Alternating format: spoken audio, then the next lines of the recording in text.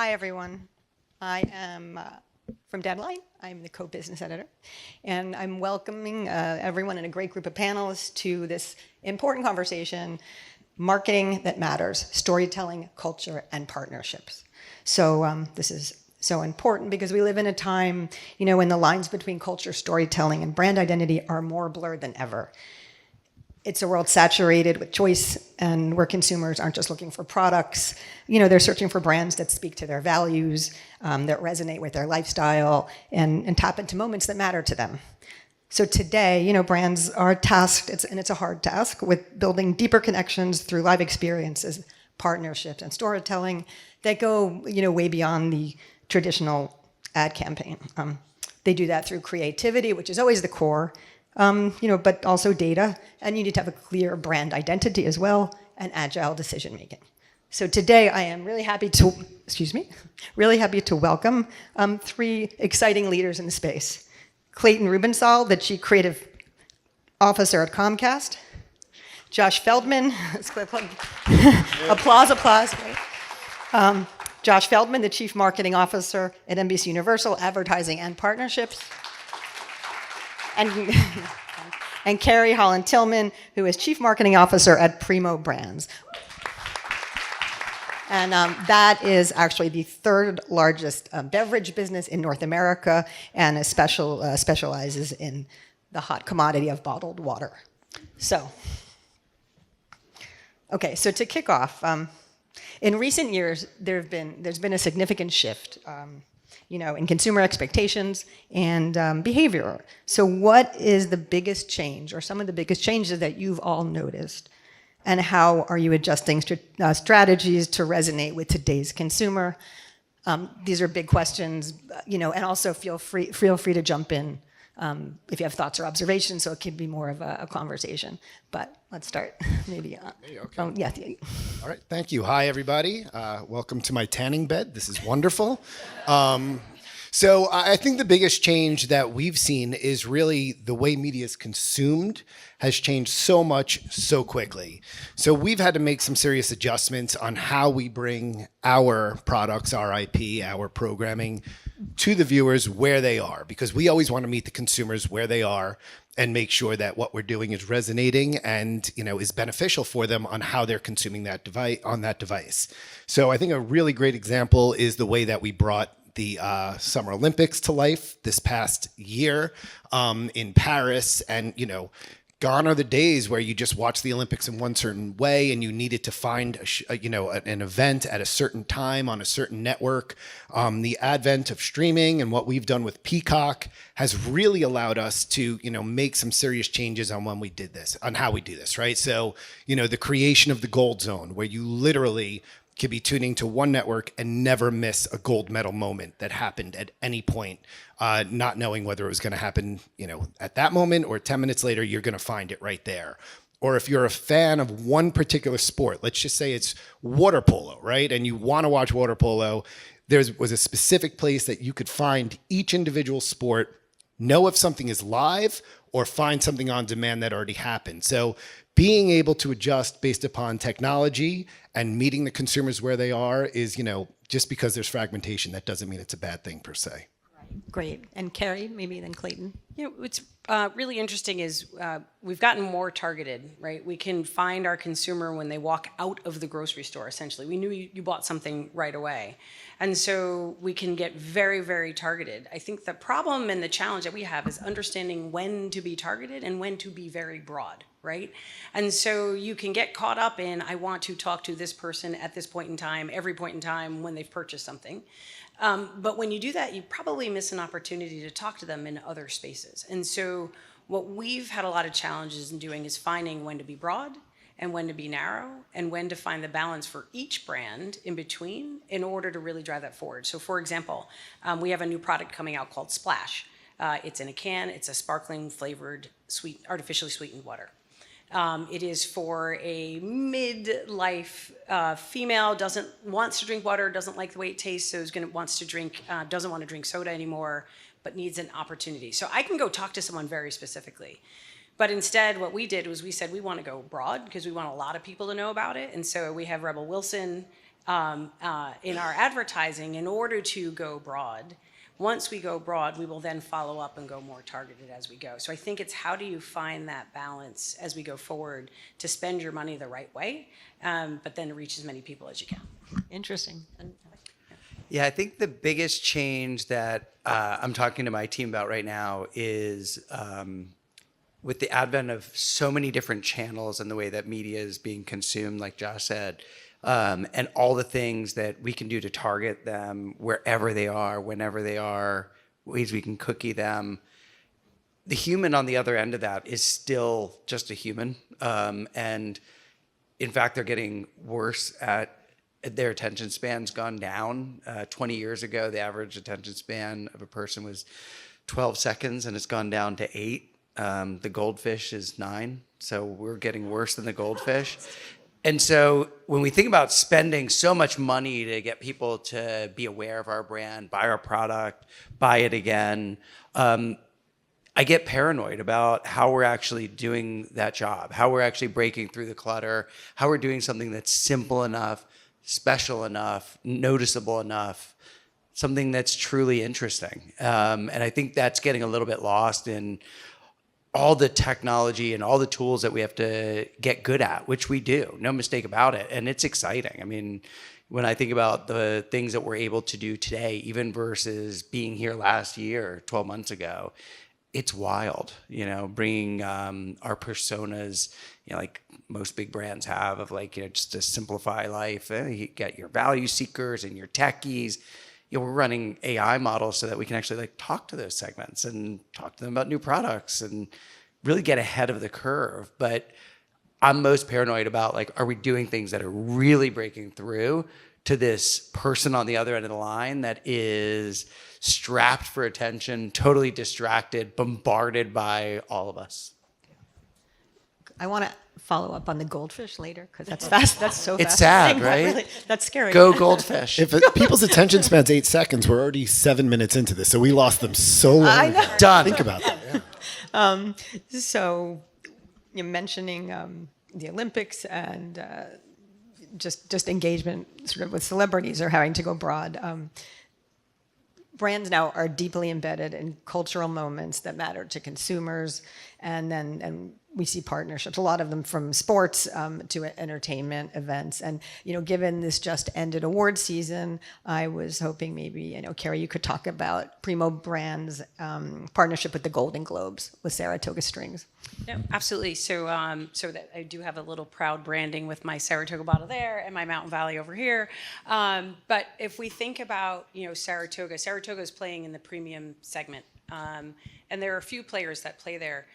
What it took us a minute to do is to step back and think about what does it mean to be a premium brand? Because if you think about premium, there's the $1,000 pair of jeans, and then there's a $1,000 ring that you can buy in Tiffany. Very different pieces of premium, and the person buying it's going to have a different perspective on what that premium means for them, and so they walk through the world differently, and yet they're premium. So we have to go out and find partners that allow us to be premium in the way that they are ready to accept us in their premiumness.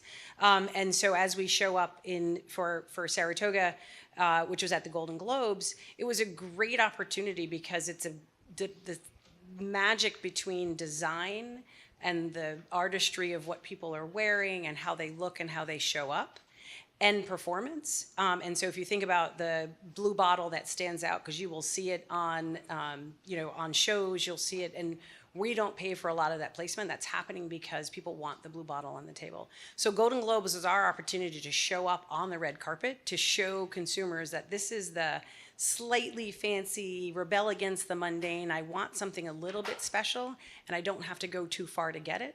And I can see how it can fit into my life. But show it to them in a way where they're like, I understand, that's a premium brand, and I want it because it's sitting right next to the table and it's sitting on the red carpet. And allowing consumers to experience it in that way is really, really important for us. Yeah. It's a beautiful bottle, so Can I build on that real quick? So pretty. I love that example because I think you're right. You see that bottle in the Golden Globes and you instantly place it in a place in your mind of premium. Yeah, I think partnerships have such a huge compound interest effect on a business or a brand. You look at like the Louis Vuitton Supreme partnership, and like it still sticks in my mind as like, oh my God, this perfect thing that made both brands grow in different ways, of Louis Vuitton being more street relevant, Supreme being more kind of bona fide. But they're really hard. They're hard because you're working with another business, a business that has different priorities, a different culture, maybe even different values. And Josh and I both work at the same company, and one of the reasons I came to Comcast is I was so attracted by the opportunity to work across the aisle, because we have so many interesting parts between the consumer products that we sell, by your internet or streaming services or mobile phones from us, through to Josh's core business of television and streaming, the parks, Universal Pictures. And more than any other company I've ever been around, we actually do work across the aisle really effectively. And it's so fun because, just like Carrie's example of Saratoga being in the Golden Globes, taking a property like Wicked and being able to use that everywhere, from the parks to television to sports, all the way through to retail, it's powerful. But partnerships are hard. And I think, the reason they work so well in our case is that our culture is set up for them to work well. But I think that's something that, when we look externally, that's the first thing that we should all be looking for, is like, is there a cultural fit, not just a brand fit? Yeah, another great one was Top Chef on Bravo, and I don't, was it Saratoga Springs Water also, or another brand? Saratoga, Yeah. yes. Okay, so We could work very you talk closely with Josh on that one. Yeah, no, this was a great partnership, and obviously, want to talk about it since we're both up on stage. But Saratoga came to us, and they were looking to, with that elevated brand that Carrie was just describing, wanted to reach foodies, wanted to reach travel enthusiasts, wanted to show up somewhere organically that made a lot of sense for that brand. And obviously, Top Chef made a lot of sense based upon the history and the audience that watches that. So they've come on, they've been our official water partner for a couple of years now.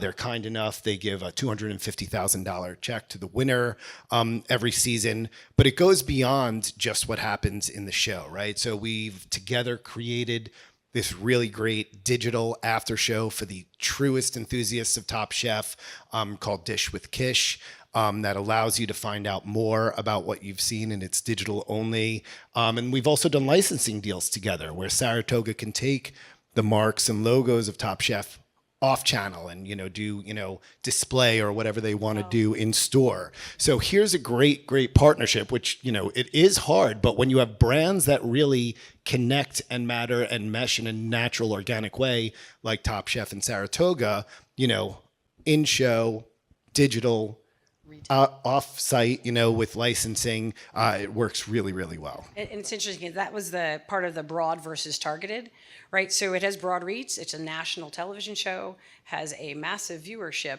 but it's very targeted because it's targeted to foodies. And the job that needed to be done on Saratoga is we needed to drive awareness, because it's a small brand, it's been around for a long time, but it's a new brand. New brand to a lot of people because of the distribution. So we needed to go broader with our reach. So I think we have a video just to cue up so you can get a flavor of what we're talking about when we say a true integrated partnership. So let's see if we can cue the video.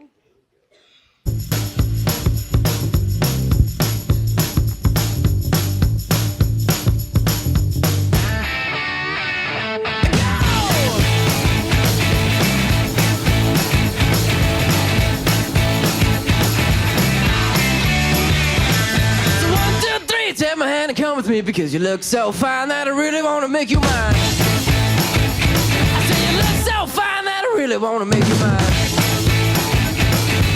4, 5, 6, come on and get your kicks. Now you don't need the money when you look like that, do you, honey? Big black boots, long brown hair.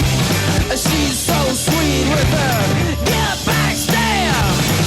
Well, I could see you home with me, but you were with another man, yeah. I know we ain't got much to say. What do you think? That's It's sad I'm at South by Southwest. That's the most music I've heard so far, But again, it's getting the premium and finding the right partner, finding that consumer passion point, and joining the two partners together at that point in time that I think really made this special for us. It's fantastic. So for Clayton and maybe a bit for Josh, you mentioned Wicked, or what are some other partnerships, that you'd highlight that you think sort of ensure, your brand's essence while also tapping into a broader cultural conversation? Yeah, I mean, this is where I think you get the layer of intellectually making sense and then the culture that actually makes it work. So intellectually, when you think about our company, where Josh and I are, Comcast NBCU, we do everything from filming the Olympics all the way to bringing them into your home, all the way to your phone. In the cultural side of how we actually bring that to life, the exciting part is, whether it's something big like Wicked with Cynthia Erivo and Ariana Grande, we went and shot the commercials for, let's say, Xfinity on the set with the team, with Ariana, with Cynthia Erivo, with the director of photography. We do things with, Kung Fu Panda. We're working with the animators. So it's truly integrated throughout. And Josh and I were talking about this yesterday. The really cool part when you're new to the team like me is seeing that even for things that might not be as famous as Wicked, like we did a big campaign for military appreciation. That one really started in the core consumer business with an ad we shot with 4 Academy Award winners. Catherine Bigelow was the director. And then it was the other side, the content side of the house, that brought it to life in Bravo, in the Golf Channel, in CNBC. And when I first saw the concepts, it was like, wow, like this wasn't, most companies, people would kind of mail it in and be like, hey, we put the logo on and we're done. Every one of these teams like really thought long and hard about, okay, what does the CNBC team really do to bring veterans to life and do it in an exciting way? And so that's a lot of fun to be around, where whether it's something really big like a Wicked or something that we do annually like military appreciation, really being able to see teams bring their own creativity and their understanding of their audience to life in this idea across the whole framework of Comcast NBCU. Interesting.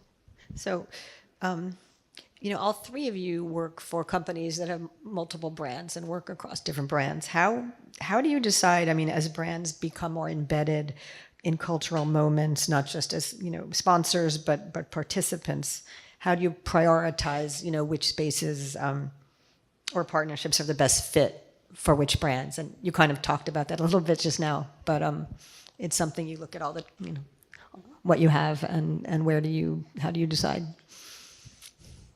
Sure. With my job, it's what's a little bit different than what Carrie and Clayton do.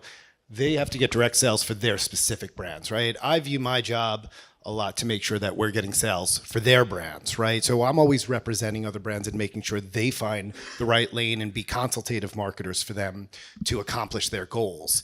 So when you have something big and cultural, let's use something like BravoCon as example, you're going to bring on multiple sponsors for that because it's so big, it's experiential, it's on air, it's everything that you could possibly imagine, right? You have 30,000 fans descend upon Las Vegas. We have all 50 states represented. You have multiple countries represented, and the brands need to have their own space to do what is right for them, right? So if it's Wayfair, right, we're creating lounges that are themed specifically for different Real Housewives casts, right? So there's a New York lounge, there's a Salt Lake City lounge, et cetera, et cetera.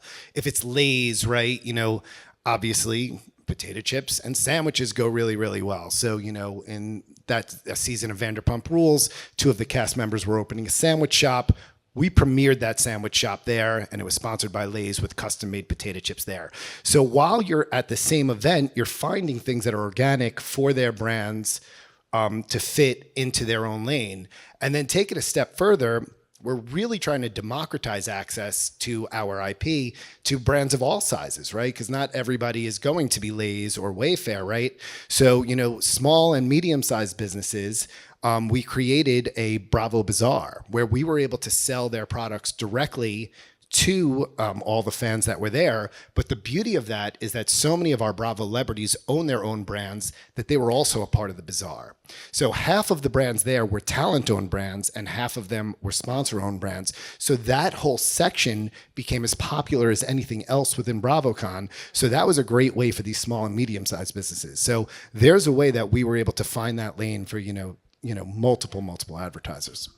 That's amazing, and I think people maybe know, but in case not everyone knows, what is BravoCon? I mean, you get the idea. We all get the idea. But I think it's amazing. My guess is most of the people know, but BravoCon is the celebration of all things Bravo, right? So if you are a Bravo fan, you're probably pretty fanatical about it, is how I've encountered it over my time. When I tell people, where do you work? I'm like, oh, I work at NBC Universal. They give me like this stare a lot of times because while they know the parent company, I'm like, I work with Bravo. They're like, oh, okay, Bravo, I got it. So it is literally, we bring over 150 of our, we call them Bravo celebrities, into Las Vegas. We do panels. We do the bazaar, like I said. We do Watch What Happens live events, live and in person there. So it is the celebration of one of the most beloved brands in our portfolio. And to that point, I think one of the proudest moments of the Olympics was when I got a picture with Captain Sandy. I think that was the highlight. Yeah, no, really, I did get it. Yep. I had to knock over Mick Jagger to get to her, but you do what you got to do for the Bravo celebrities.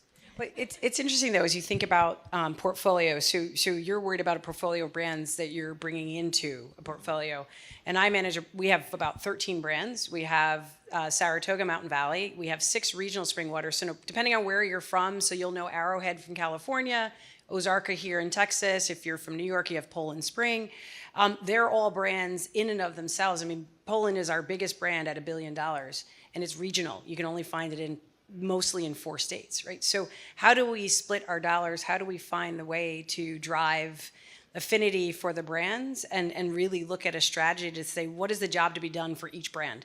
And so we look at a portfolio, we say, okay, what are the tools do we have? But then we break it down and go, for each brand, what's different about that brand and what do they need? Our brands are 80, 90, 95% awareness.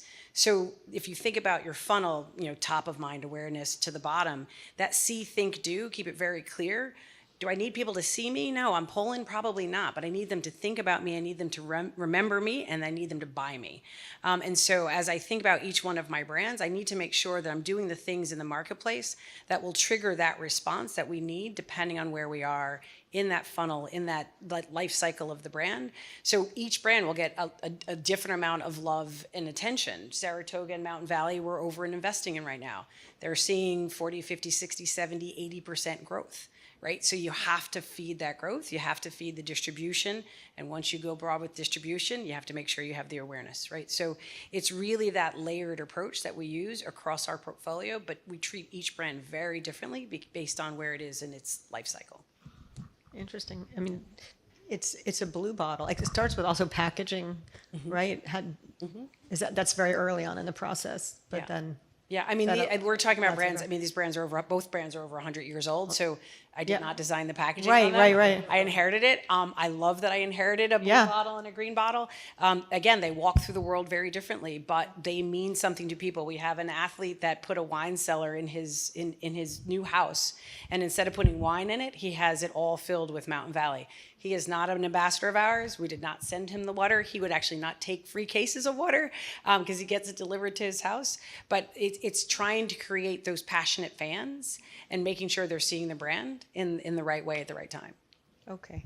And Clayton, anything else to add? Yeah, I mean, I a little bit of a add and a little bit of a different direction. Like when I think about partnerships, one of the things we're working on now is just how do we put more eggs in fewer baskets? Because like we have a fairly big budget and we have a lot of brands.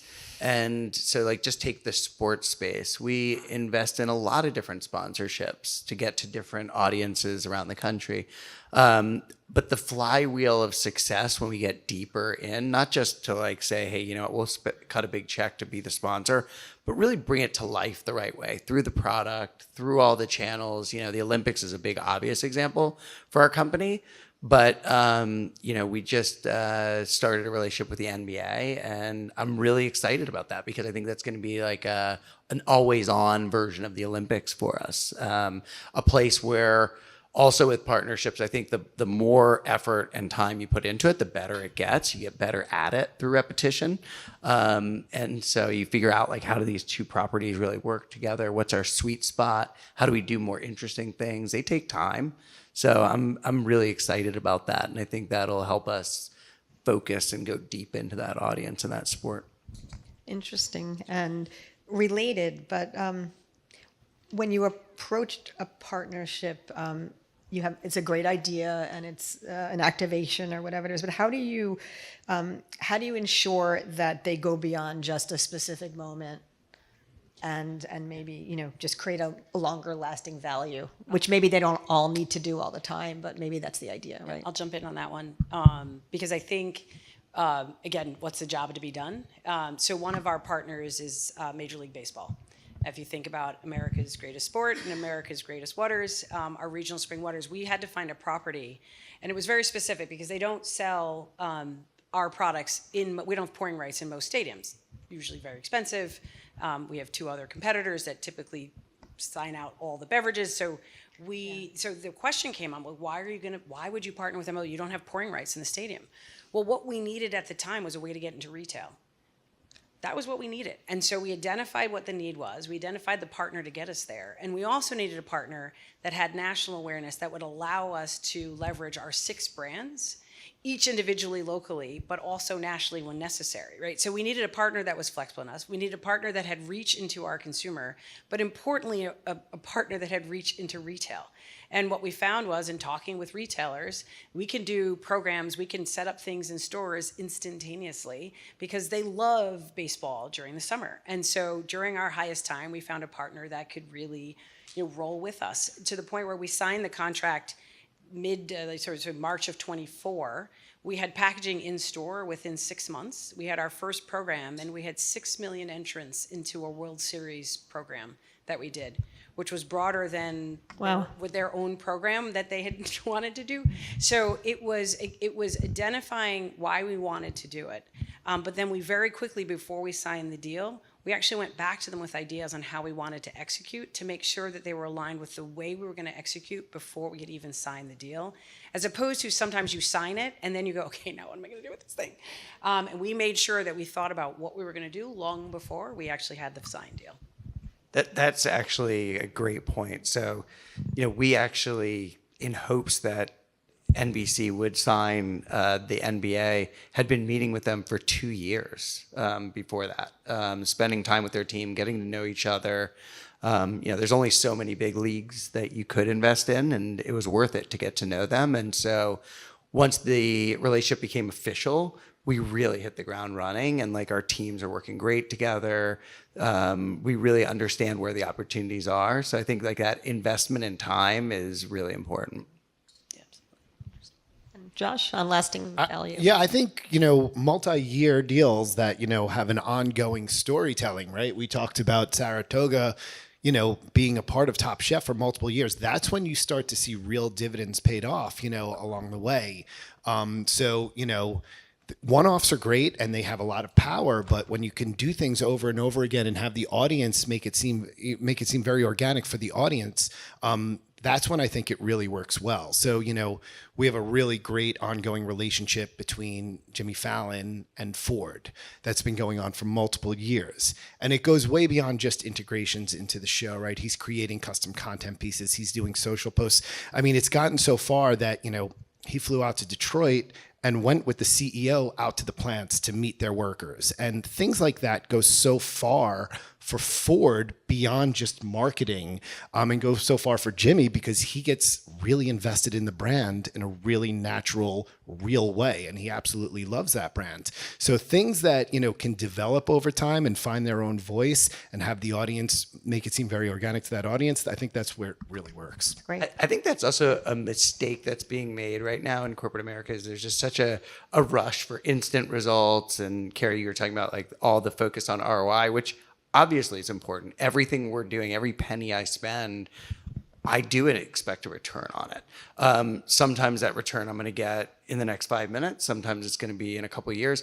But to Josh's point, the reason these long-term marketing efforts, whether it's a sponsorship, it's a celebrity endorsement, it's an advertising campaign, it's a tagline, it's your visual identity work, is back to what I said at the beginning. You're talking to a customer who is bombarded by so many messages. You'll hear there's crazy stats of 5,000 messages a day from the marketing community. And it's a great day for our industry if you go to bed remembering one of them. So what happened to the other 4,999? They were missed. They were forgotten. And to Josh's point, when you stick with something, stick with a celebrity endorsement, stick with a sport, stick with your advertising campaign, stick with the way you look and feel, that's really, I'm sorry for all the people who want to see things in a minute. That's how it's done. And when you look across categories, whether it's cosmetics, automotive, technology, media, people who do well are people who are consistent.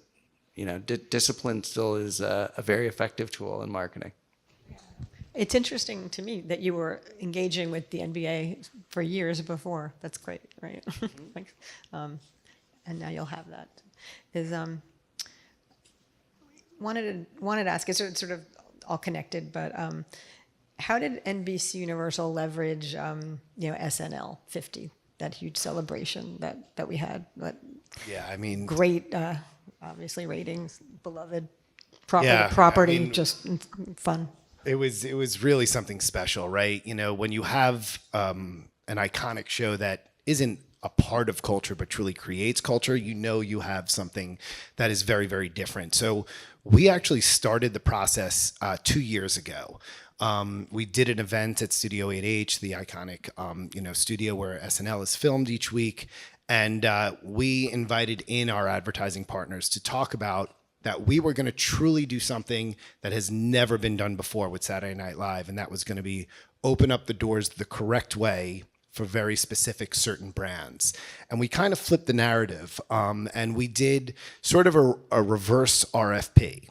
And after we did that event at Studio 8H, it was the brands came back to us saying why their brands were the right brands for SNL, how we would work together to promote the show, and what they wanted to get out of it.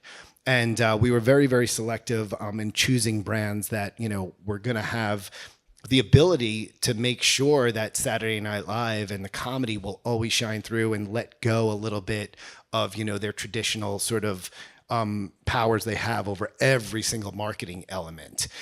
So, we did that starting 2 years ago. Like I said, we were able to bring on 5 amazing sponsors. And when you have 50 years of sort of, a playground to play in, it's unbelievable. So, some of these brands tapped into nostalgic IP, like Volkswagen brought back the Californians with Bill Hader and Kristen Wiig and Fred Armisen to promote their ID Buzz, their new electric bus. And it fit perfectly because they were trying to ooze California cool. So we were able to bring that back. We brought back Delicious Dish for Cap One, and Molly Shannon and Anna Gosteyer did some custom content with Samuel L. Jackson, who's Cap One's spokesperson. The current cast, a lot of our brands wanted to tap into the current cast because that's, what's most relevant. So for T-Mobile, we did a bespoke music video starring Marcelo Hernandez and Kenan Thompson. So I could go on. I'm not going to go through every single element that we did, but the beauty of it is that each of those brands then took that and then expanded on it in a big way, right? So CeraVe did a fake hairband music video for their dandruff shampoo that was with Bowen Yang and Sarah Sherman, but they created concert T-shirts that had fake dates on the back. They did meet and greets for their fans and so on. So they did a on the red carpet and activation. So they were able to take the ideas and really, really expand them in a big way. And to your point, it really truly paid off. It was our biggest entertainment program on NBC over the last 5 years. We had over 20 million cross-platform viewers tune into The Weekend. But what is even more important in my eyes is that we had close to 900 million just engagements around SNL that weekend alone. So social to, viewing to digital, et cetera. So, I mean, it was all encompassing. So it was a really, really fun thing to work on. Yeah, I would love to see what was the response to the Californians, because I was so happy to see them back. It was pretty fantastic. And I have to say, one of the coolest things was watching, I was on the set, and the three of them, Bill, Fred, and Kristen, hadn't been together they've been together because they're all friends, but they haven't been together as the Californians in over a decade. And they were having so much fun. Like, you saw how genuine it was. They were cracking each other up. So that was a really, really fun one. Yeah, maybe tell Lorne to bring that back. I don't know somehow. Can I add? I'll let him know you said that. Can I add one fun fact? Guess which brand was on the writers' table during that week leading up to Saratoga. It sure was. Saratoga. Wow. Iconic blue bottle. Okay. So, I guess I wanted to, turn a little bit to, what kind of sort of how you measure outcomes in these kinds of campaigns. First of all, what are you looking for? What kind of data are you looking for? How you measure outcomes? And I know there's many ways to do it, but to determine if something is successful or not. Yeah, look, I don't think there's anything unique that we're doing that other people aren't. But what I would say, just in the spirit of what's working well for my team right now, is getting the marketing organization to speak finance, to speak business, so that we're talking not just about ROIs, but we're talking about the outcomes in a business way. So yes, we might be trying to create brand love, but I can assure you that you don't want to bring that term into a meeting with the finance team and the product team and the risk team. They want to hear about traffic, foot traffic, digital traffic. They want to hear about conversions. They want to hear about sales. So I would just encourage all the marketers in the room to really learn how to speak like your colleagues. Don't try to force them to learn marketing terminology. Just go in. If you're in Mexico City, please speak Spanish. It'll go a long way. It's kind of interesting. I fully agree. I also think it's a reverse education sometimes to show how brand love does impact the bottom line. So I actually don't walk away from talking about brand love, but I have to make sure that when I talk about brand love, I'm actually showing how that brand love created something else. So if we now have a loyalty program within our company. We have showed that people who are in the loyalty program, their purchase rate is 10 times higher than the average person. So this program that costs us money, but because someone is loyal, which is a marketing term, I can drive that to show them how it gets returned. All of a sudden, something starts to click. We have a delivery system. If someone has come into our website for Poland Spring, goes through our website into our delivery system, their conversion rate is 30% higher than if they came through the regular way. So finding ways to find the combination and sort of that unique place where your marketing term and opportunity meets the business opportunity has actually worked really well. We were private equity owned less than 6 months ago.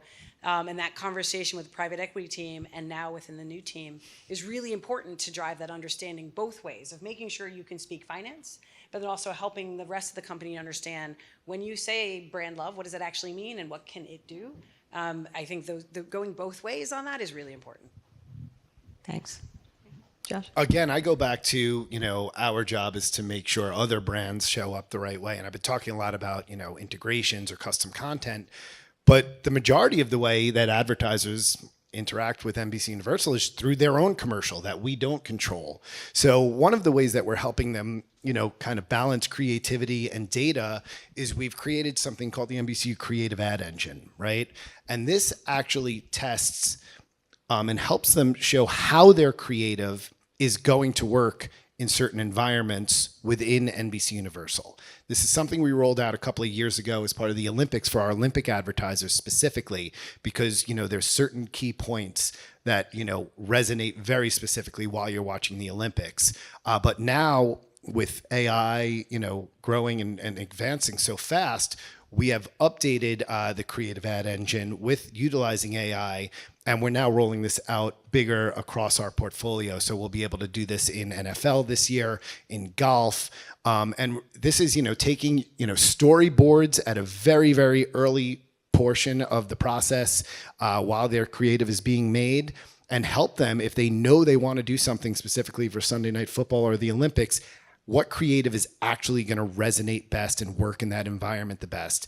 And we're taking it a step further and also doing this not just with 30-second creative, but our ad innovations on Peacock as well, and testing it with that as well. So that's a really nice balance of, creativity and data. That's amazing. Yeah. And it's also, comes full circle because, being part of the same family, we got the reports that Josh is talking about after the Paris Olympics and big presentation. And it really helped to go back to the rest of my peer set, our CFO, our chief operating officer, and say, look, yes, we did spend an incredible sum of money in 17 days. Thank you. But, yep. One hand washes the other. But look at the impact this had. You see things in 17 days. I can't imagine how else you could see, double-digit increases in, likelihood to purchase. Seeing this brand as a brand for me, the likelihood to take action and visit a website or visit a store. So it's really helpful to have that data, and as marketing team to then go back and share that data, not just to get it and be like, okay, whew, it worked, but continue the conversation, because it really is, kind of a never-ending loop of spending money, putting things into the marketplace, seeing how they worked, reinvesting again. Right. Interesting. So I was wondering, how consumer sentiment influences stories. That's what you're talking about. But can any of you share examples where data insights led you to change or enhance maybe a storytelling approach? So if you think about storytelling, I think what makes a story successful is understanding what the brand stands for. What is the brand trying to do and say? And if you can do that and then understand who your consumer is, your stories are going to be better. Where companies make missteps, and we all do it, is you don't understand one of those dynamics, right? So we made a change. We have a small brand called Splash. It's the one we're launching in the sparkling can. So when you see it, please buy it. But what we had made a pivot maybe about 4 years ago is we made an assumption that it's going to be a younger consumer. We need to change the packaging. We need to be a little bit more irreverent, and so we made this change in the marketplace. We also increased the price a little bit, and the brand just hit the skids. It was just all these changes at once. We sort of broke every tenet of marketing because we changed the 4 Ps kind of all at the same time. But what we had to do was step back, and what we learned was our brand was really a brand for the 30-year-old woman. It was not a youthful brand, even though it has sort of youthfulness in it. And so we learned that just by going back and talking to consumers, understanding why they weren't buying. We saw who was now buying and who was buying before. So we used the data to say, okay, let us go back and look at what we did wrong and let us change. And so we went from a very boring package to this bright graffiti package to very quickly a more fun, refined, not graffiti, that hit our target. And we saw 6 straight quarters of declines on the brand. We launched the new marketing, and within a month, we saw the trend change, and we went positive within 4 months. And so we're now back on a positive trend because we took the time to step back and say, what is it that we mean to the consumer, and how do we bring that back to them and talk to them in the right way, in the right places, at the right moment? Interesting. Yeah. Example I could use, we've done a lot of studies on the Peacock audience and who they are, and what really triggers them. And we had this stat that we found out that 2 out of 3 Peacock viewers order food when they're about to watch either a movie or a live sporting event on Peacock. So using that data point, we created something called virtual concessions, right? And we rolled it out at the Olympics this year. And virtual concessions is simply a commerce-enabled ad that lets you, we partnered with Instacart, that lets you order what you want, your snacks and beverages, in real time as we're doing it. But the beauty of what we can do is take it beyond just being a traditional commerce-enabled ad. So when we did it with the Olympics, right, it was also sort of a production promotional element with Mike Tirico saying, hey, now we're about to go into X sport. Now's your time to order. Then we would put the commerce-enabled ad up there. And we saw, upwards of like 60% lifts for some brands in sales by doing it that way. So that's something we probably wouldn't have created with that carousel ad and the way we did it if we didn't have that data point coming into us at the beginning. Right, interesting. Anything, Clayton, on how you changed strategy or marketing? I'd go to a little bit of a different place on the media buying and planning side. A place where data is really helping us is AI, of all the crazy things. It is allowing us to find customers earlier in the process in ways that wouldn't have been intuitive to us. So let's say I'm trying to sell internet service. I will sell it based on, the traditional way, be like people who are moving, people who are upset with their current carrier. But working with Google and some of their AI ad platforms, we're finding opportunities way earlier because they're seeing, okay, this person might be on a gardening site, but we know that through predictive analytics that they are 2 steps away from starting the process. So that's really exciting because it's allowing us to find new places to market the brand effectively. And in my mind, it's stuff that I would never have the time, investment, or staffing to have done. I think if I had armies of analytics people, they probably could have figured that out too. But now with a lot of like AI that's being used for media buying and planning, we're actually finding new opportunities to invest our money in different places. Okay. Yeah, there was one last question kind of related on the internal side, on execution, in fact, of the strategies. They require, leadership, alignment, I guess enough people, but AI helping. But what strategies do you use to maintain, agility across your brand portfolio? I mean, I'm going to go back to how Clayton, I think, started this in the way our company works, right? We're lucky enough that, we have Comcast as part of our company. We have the studio group, the parks group, and we kind of inspire each other, and we actually work really, really well together, right? So taking one piece of IP and being able to bring it across everything, whether it's a movie that you can then do a behind the scenes special on air, or do a pay one window of that movie on Peacock, or create a ride out of that, and then do an advertising campaign on Comcast. That's a lot of fun, and you get to work with a lot of different people in a lot of different ways. So I'll kind of go back to what you were saying. I think you were dead on there.